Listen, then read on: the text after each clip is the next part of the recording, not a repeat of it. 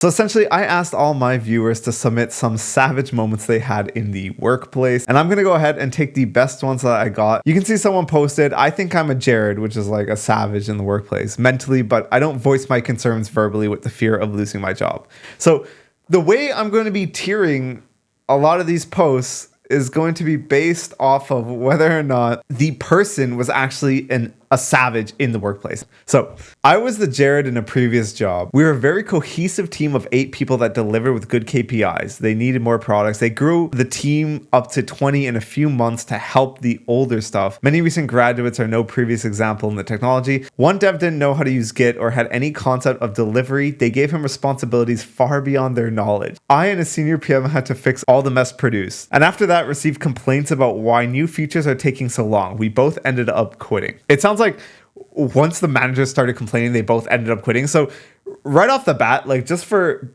quitting when something like that goes crazy, that's like at least a B tier. I think anyone that quits when some corporate garbage happens deserves to be at least B tier. It doesn't look like they actually said anything or stood up to any of the people here. It just looks like they got tired of like the incompetence and like the expectations around the incompetence. And that ended up leading them to quitting. So I'm going to place this at B tier because it's savage in the sense that quitting, especially when you quit with someone else, I think that takes a lot of balls. So our team's made up of almost solely Jared. Management had to talk to all of us multiple times due to our intense pushback on bad decisions that would cost more money. Backends on site that don't need it and such.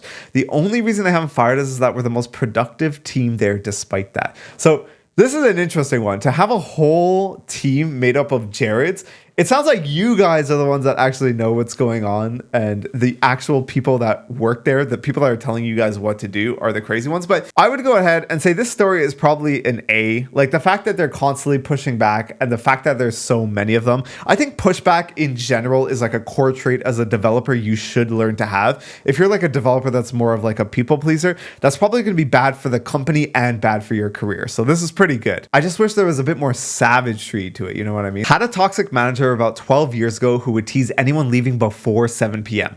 One guy leaving at 5:30 when was teased with a loud voice that the whole floor could hear said, just because your wife does not like you, it doesn't apply to everyone else here.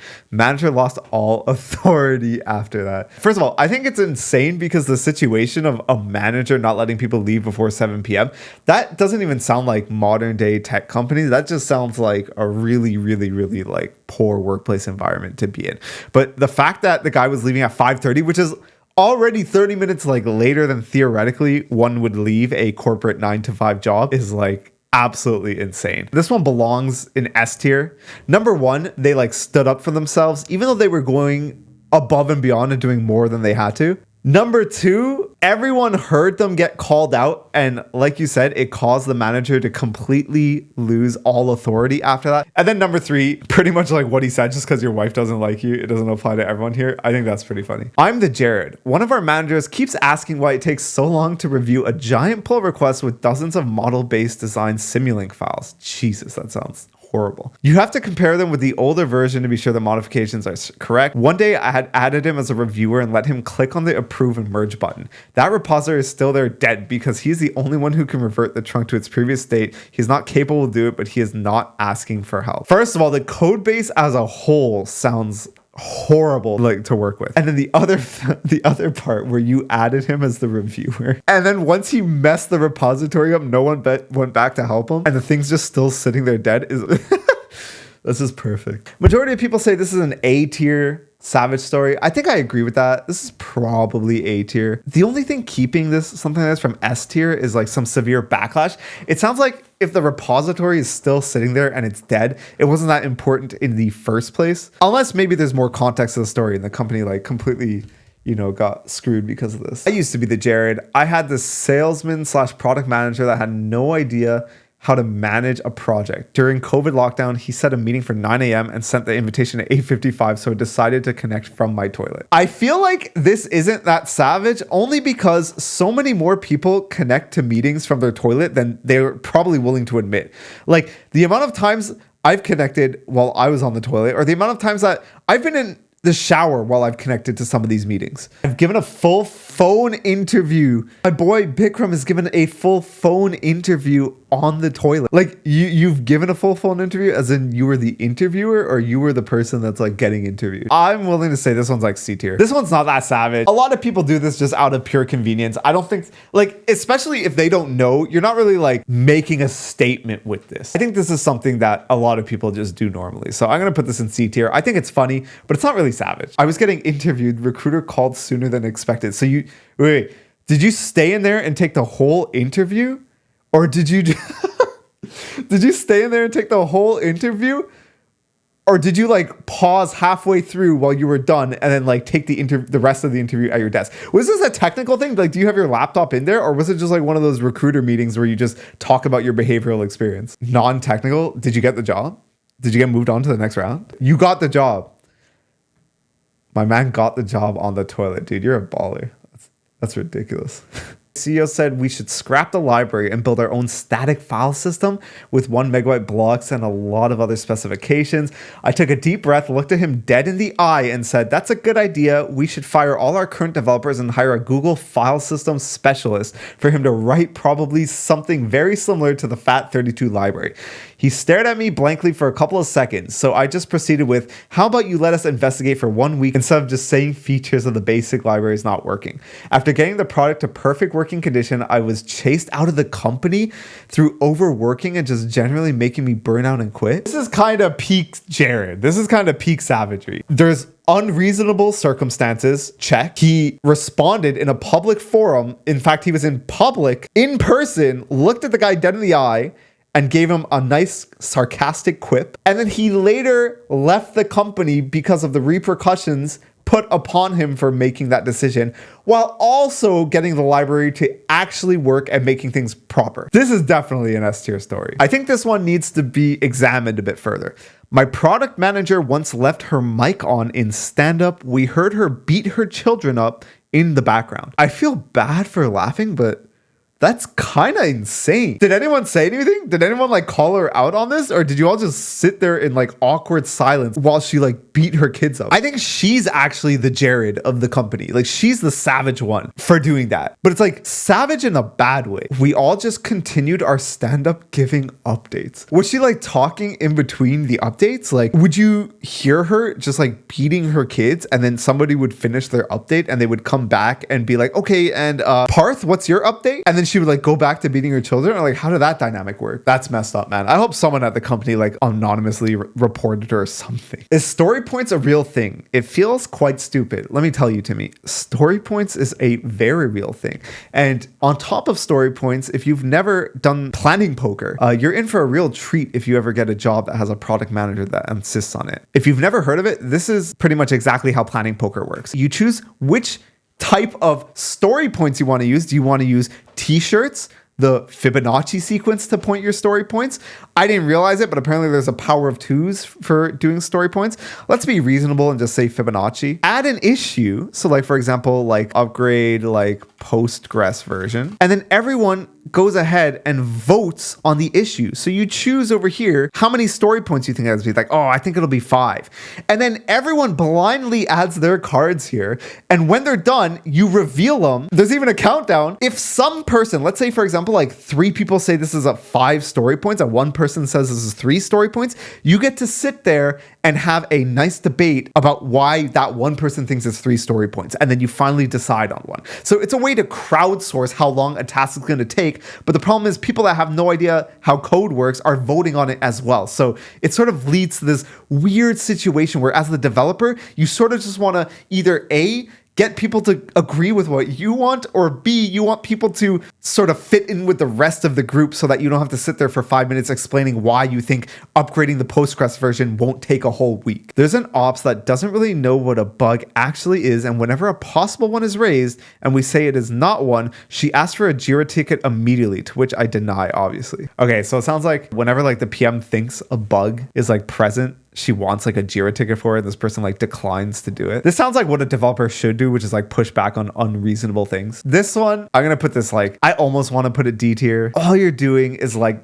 declining to make a Jira ticket. And it's about like bugs. It's not even about like actual, I don't know, stuff. I'm gonna put this one D tier. TLDR is that I got fired from my startup because the founders didn't like it that I was complaining too much about company direction and processes. A few occasions of this include our founders asking us to add Jira tickets on the fun AI ideas to implement to the company, some of which didn't need AI at all. For example, prettier presentation slides. I was questioning why the new co-founder we brought in, who was supposed to focus on overseas expansion, took a 180-degree turn and was doing HR recruiting instead for the same 5-digit salary. Our founders were planning for a restructure in the internal engineering team structure, and after bringing in all the workers, it was canceled because the forecasted data didn't substantiate the cost, causing most of the new workers to be jobless overnight. Yeah, I'm like confused about this guy. A new co-founder we brought in, that sort of implies that the person that wrote this was a co-founder to begin with, because if you work for a company, they don't bring on new co-founders after they've already hired new employees, right? So was this guy a co-founder as well? And he's just pissed off that the new co-founder didn't do the job he got hired for. But then he also says our founder was asking us to add Jira tickets for things. So like, I'm confused. You can add co-founders later on. Usually it happens when a co-founder exits or when you want to underpay somebody. I've seen it happen. Either way, I think this one's pretty good. He's a complainer, and that's at least B tier. Like I said, he got removed from the company, so that's pretty good. I'm gonna put this in A tier, probably like middle of A tier, actually. I think it belongs in middle of A tier. I'm a recruitment officer at a language service provider company. The manager of a different department dared to yell at me for a reason that I shouldn't even take the blame for.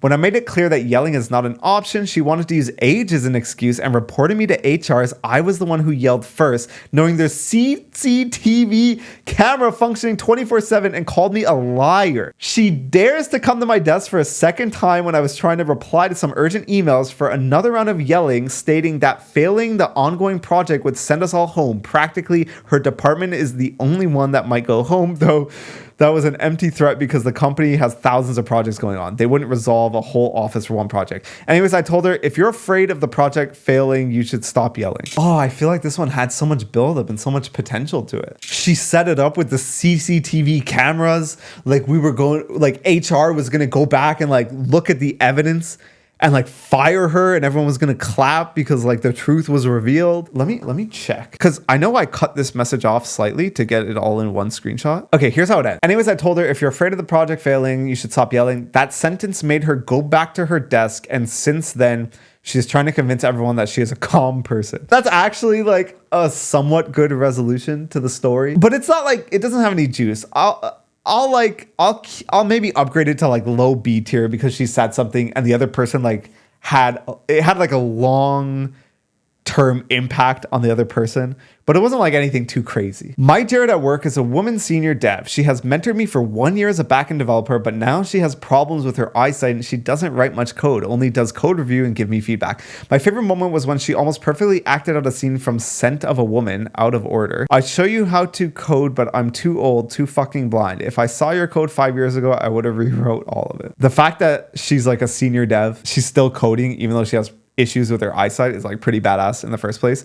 And the fact that she gives people shit for it is like even better. I'm gonna put this one in A tier. There were no repercussions and stuff like that, but I still think it belongs like mid A tier because of like how unique the situation is. My best Jared moment was when a PM put update system to use Gen AI to import new items to our catalog in a roadmap document, and I responded with, that's fine, we'll all just learn how to build AI models like it's Kung Fu in the Matrix this weekend so we can complete this by the deadline. I wish we got a part 2 talking about like how the person responded. It doesn't sound like he got fired, and I can't tell if like the corporate like theme there is like sort of jokey and stuff like that. I'm gonna put this one also in like middle B tier because like what he said is like pretty edgy. It's pretty edgy to say this, right? But it also sounds like he could have said that in like a joking manner to where the PM could have just been like, ha ha ha, laughed it off, and then that's all that. So it doesn't feel like, you know, he really went out on a limb to do it if you could do it in like a joking manner. At my old AV company, our sales team had sold a sound system to a church. Installation goes okay, but when it comes to time to mount the main speakers, 2 for the main floor and 2 for the balcony area, the sales team comes in with the pastor to do a walkthrough. Sales guy notices that the speakers for the main floor were about 8 inches shorter than the ones for the balcony. Height of the speakers have zero thing to do with power and coverage, by the way. and demands we switch them because the bigger speaker needs to go on the bottom. Me, oh yeah, let's do that. Let's F up the meticulously designed and calculated sound distribution so that big boy speaker can go on the bottom. Nothing could go wrong. The sarcasm was lost on him, so we went ahead with it. Even switched the speakers myself. Church proceeds to have an audio hellscape for the next 6 to 8 months, resulting in our company going in the negative on the project due to the non-payment and service calls. Ultimately, the church hired a real company to do an audio test of the room to figure out how to fix it. The solution, switch the speakers back. The CEO cried at me at my review because we lost so much money on this project. I drank those tears. They were delicious. This stresses me out even reading this story, dude. Why would you not trust the engineer that did all the calculations and just like switch it because of what looks bigger? And the fact that the church was just complaining, I don't know what makes this guy more of a Jared. The fact that like he knew that this was wrong and he still did it, or the fact that the church was complaining and refused to pay his company, yet he still didn't do anything to fix it and he let the church hire a real company to do it instead.